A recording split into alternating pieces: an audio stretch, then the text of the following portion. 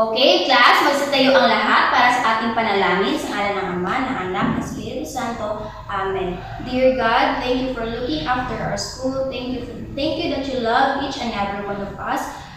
Help us learn, play, and share together so that your wonderful world will become more beautiful every day. In the name of the Father, the Son, and the Holy Spirit. Amen. Magandang umaga mga bata! Okay, bago kayo magsiupo ay pakipulot muna ang mga papel at basura sa ilalim ng inyong mga lamesa at pakiayos ang inyong mga silya.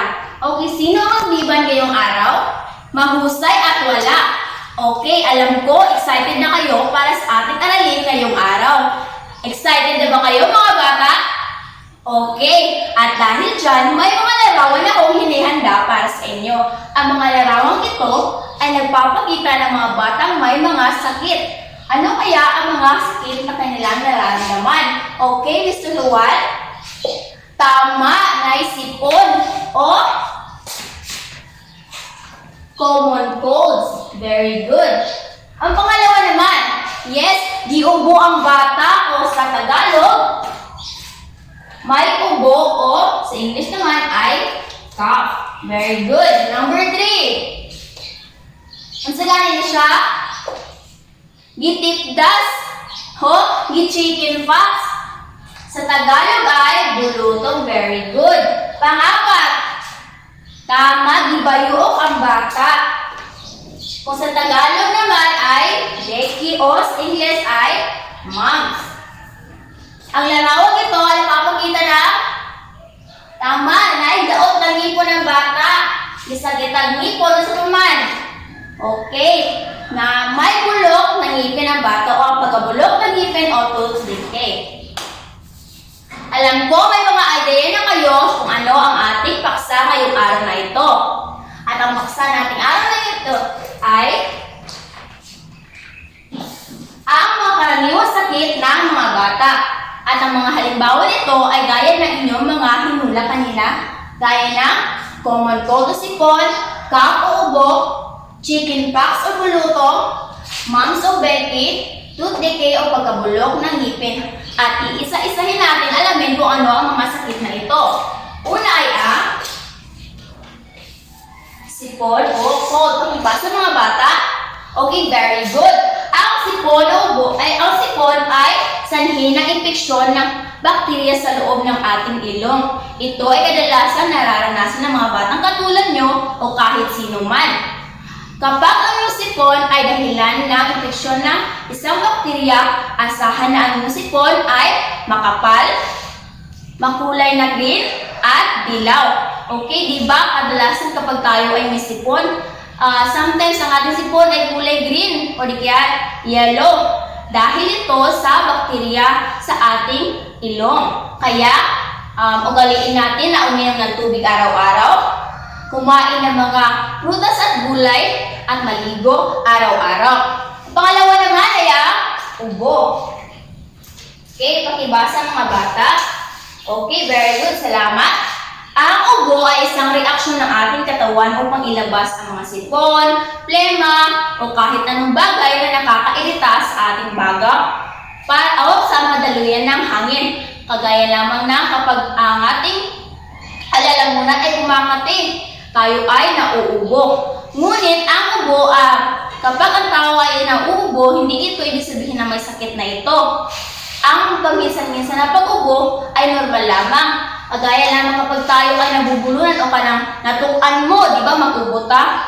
Ngunit, ating patnubayan o ating pagtuunan ng pansin kapag lumalala na ang ating ubo o tumatagal ng ilang araw o ilang linggo dahil baka may kasama na itong labis na plema o dugo. Kaya kapag ito ay lumalala na, ay uminom na tayo ng gamot na nireseta sa atin ng doktor. Ang pangatlo naman, chicken pox o bulutong, isang sakit na nanggagaling sa infeksyon dulot ng Varicella zoster. Okay, sino na ba ang nakaranas sa inyo ng chicken pox? Okay, marami-rami na, no? Ano ba ang mga sintomas na inyong naramdaman nung kayo ay nagka-chicken pox? Okay, gikalentura o nagkalagnat, ano pa? Okay, nagkapul ang lawas o kumakati ng katawan, ano pa? Okay, nagka-rashes, nagka-skin rashes o pamamantal ng balat. Ang tatlong inyong nabanggit ay mga sintomas ng chickenpox. Okay, bagamat ito ay laganap sa mga bata, epektibo din ang pagbakuna o ang chickenpox vaccine para ito ay maiwasan. Ang pang-apat naman ay ang mumps o Becky. O kung sa inyong gitawag kanina is bayuok. Ito ay pamamaga ng pisngi na dulot ng virus ang madalas na sintomas ng pagkakaroon nito. Hindi lang pamamaga, kundi pag naatay ka ng mumps o Becky, nagkakaroon nila tayo ng lagnat. Ano pa? Pagkasakit ng ulo, tama. Pagkasakit ng katawan. At pagkawala ng ganang kumain. Walang gamot ang Becky o mumps. Ngunit, mayroon tayong mga paraan upang maiwasan ang mga sintomas ito. Gaya lamang ng, pag-inom ng maraming tubig, pag-inom ng gamot para sa sakit ng katawan, at kumain ng mga masusustansyang pagkain para maiwasan o para mabilis ang pagaling natin sa mga sakit na ito. At ang panghuli ng mga sakit na karaniwang nararanasan ng mga bata ay ang tooth decay o pagkabulok ng ngipin. Sanhi ng pagkasakit ng ngipin na nagiging dahilan ng panghihina ng isang bata. Alam ko na naranasan na natin lahat ang pagkaroon ng pagkabulok ng ngipin. Ano ba ang nararamdaman natin kapag mayroon tayong sakit na ganito? Sakit ato ang ngipon. Asa pa? Magngilo ato ang ngipon. Asa pa man? Nahihirapan tayong umuya ng pagkain.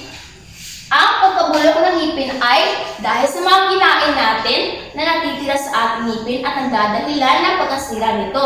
Kaya, ugaliin nating very good mag-toothbrush pagkatapos kumain. At lima na yan ay mga karaniwang sakit ng mga bata. Ano nga ulit yun?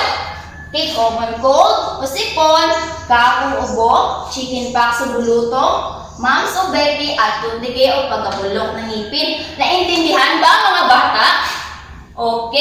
At dahil naintindihan nyo, may mga larawan akong ipapakita sa inyo.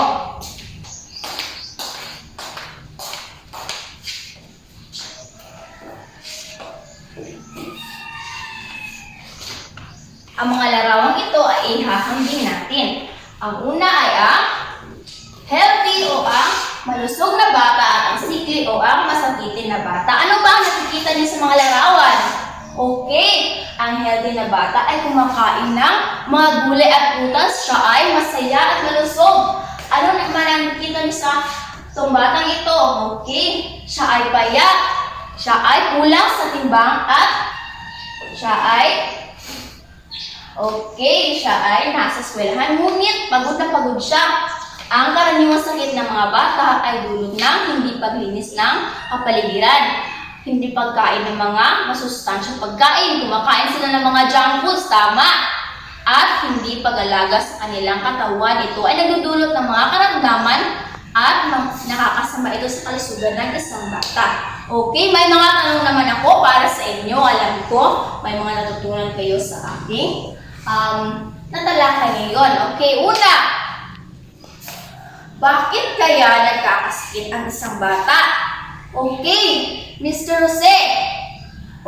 Very good. Nagkakasakit ang isang bata dahil hindi niya inaalagaan ang kanyang katawan. Hindi siya kumakain ng mga masusustansyang pagkain. Ang pangalawang tanong ay, ano kaya ang ating mga dapat na gawin upang maiwasang magkasakit?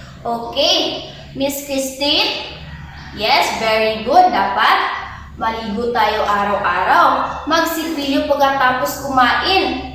Mag-ehersisyo. At maglinis ng ating kapaligiran. Number 3. Ano kaya ang ating dapat na gawin upang maging malusog ang ating katawan? Yes! Very good. Dapat kumain tayo ng gulay at prutas. Kumakain ba kayo ng gulay at prutas? Very good. Iwasan natin ang mga junk foods. Mag-ehersisyo araw-araw. Dapat gawin natin ito sa pang-araw-araw ng mga bata. Very good. Ang panghuli namang tanong ay, bakit kaya kailangan maging malusog ang isang batang katulad mo? Mr. Sarmiento. Very good. Kailangan maging malusog ang isang batang katulad mo upang makagawa tayo ng mga bagay sa pang-araw-araw, makapag-aral tayo ng mabuti at maabot natin ang ating mga pangarap. Very good! Ngayon naman, ating alamin kung meron kayong natutunan. Kumuha kayo ng isang malinis na papel at isulit sa isang malinis papel ang tamang mga hakbang at gawain ng isang bata upang maiwasan ang pagkakaroon ng sakit. Okay, kung walang papel, ay sa notebook na lang. Sige, I'll give you 5 minutes para mag-draw. Bahalag walay ka ng walay color, basta makita mo mga hakbang sa mga pag-iwas ng sakit. Okay, humana mga bata. Okay, pasa sa harap ang inyong mga papel. Okay, maghusay. Ang galing nyo namang gumuhit. Sa oras na ito, alamin natin ng maigi kung may natutunan ba kayo sa talakayan natin kanina. Okay, kumuha na, palinis sa papel at sagutan ang mga sumusunod. Okay, sasagot ang papel, dugtungan ang quote na sagot ang sumusunod na pahayag base sa iyong natutuhan tungkol sa mga pangkaraniwang sakit sa pagkabata. Piliin ang tamang sagot sa panaklong. Pumili lang kayo ng sagot dito sa dalawa at isulat ninyo sa underline. Okay, I'll give you 5 minutes para masagutan ang mga sumusunod na tanong. Okay, tapos na mga bata. Sige, ipasa niyo sa harap ang inyong mga papel at ating sasagutan ang mga tanong. Okay, number 1. Ang batang may mahinang resistensya ay madaling mahawaan ng patlang. Ano ang sagot sa number 1? Very good! Ang batang mahinang resistensya ay madaling mahawaan ng sakit. Number 2. Ang pagkain ng labis na matatamis ay maaaring magdulot ng pagkasira ng patlang. Tenga o ngipin? Tama, ngipin. Narin po rin masira ang tenga, no? Okay, number 3. Ang hindi paghugas ng kamay bago at pagkatapos kumain ay nagdudulot ng sakit gaya ng patlang, pananakit ng kamay o COVID. Tama, COVID-19. Kaya ugaliin natin maghugas ng kamay kapag tayo ay humahawak ng mga bagay na marurumi. Number 4. Ang hindi pagligo araw-araw ay nagdudulot ng pamangati ng ilong o balat. Tama, balat. Hindi lamang ang ating ilong ang kumakati kapag tayo hindi naliligo. Panglima, mahalagang patlang ang kalusugan upang ang sakit ay maiwasan. Alagaan ang iwasan. Very good, alagaan. Mahusay at may natutunan kayo sa ating aralin ngayong araw. May mga katanungan pa ba kayo? Okay. At dahil wala na kayong mga katanungan, ay may takdang aralin tayo o kasunduan.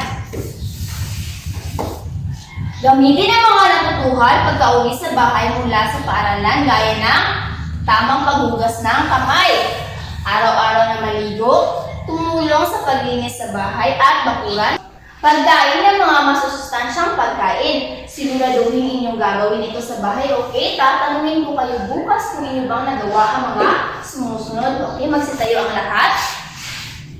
Okay, thank you for listening, class. I'll see you tomorrow. So, alam na mga bata,